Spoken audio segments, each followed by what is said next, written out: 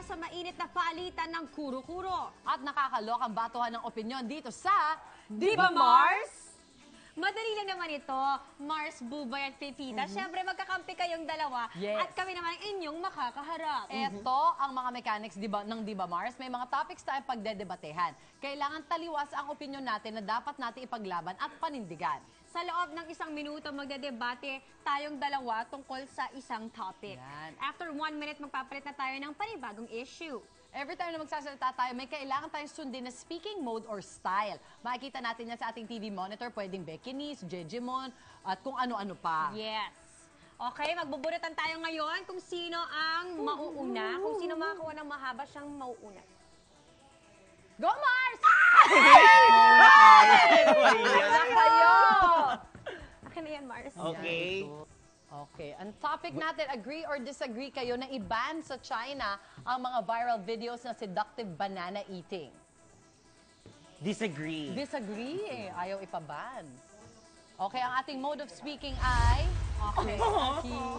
Wala kayong sumagot.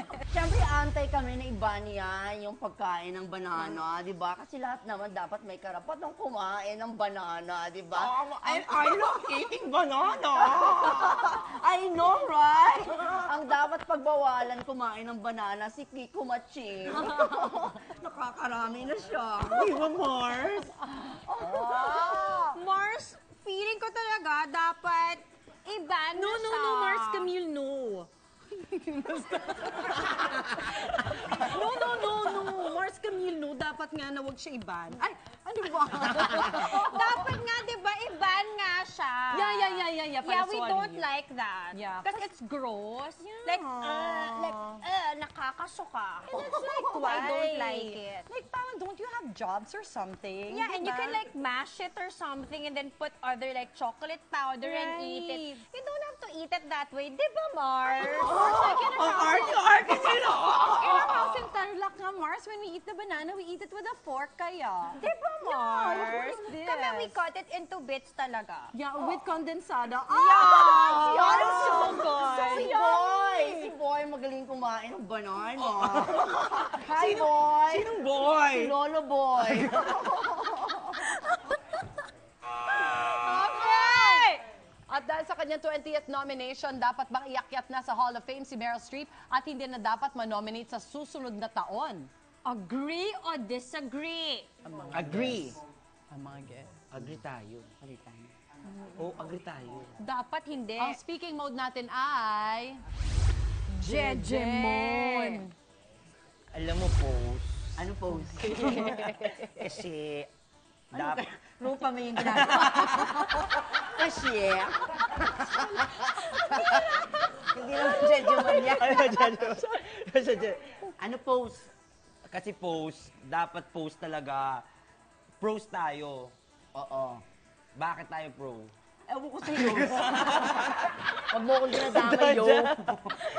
Dapat dapat palitan na, ano yun? Huwag na siya i-nominate. Huwag na siya i-nominate kasi sabi nila post, Ano pose? give chance to other rows. Yes! Basta kami, Jejemon kami, wala kami pakialam dyan. Tama. Tama, Mars. Oo, tsaka sino ba si Meryl Streep? Hindi ko kilala. Jejemon tayo! Di ba, Mars? Maray! Ano na? Eto Mareshi. na nga etong si Kumare nga. Ate mo. Oo, hindi na nga daw. Hindi ako papayag. Dapat pose kasi. Tuloy-tuloy lang sa kanyang nominations. Oo nga. Kasi nga, mahusay si Ate. Kung yes. Pose. Pose. Oo Peace. nga. Magaling siya eh. Di, goes lang ng goes. Diba? Oo. Paload ka naman.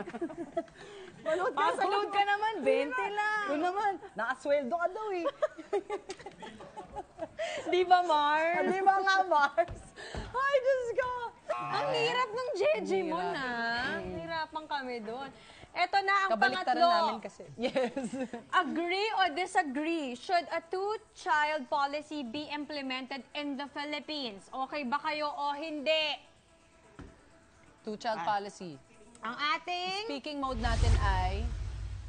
Balagtas. My gosh, Mars!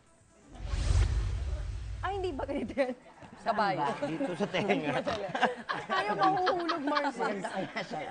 Dapat ba i-implement ang two-child policy sa Pilipinas? Mga kababayan, kami ay hindi sang-ayon sa two-child policy sapagkat naniniwala kami sa kasabihan na the more, the merrier.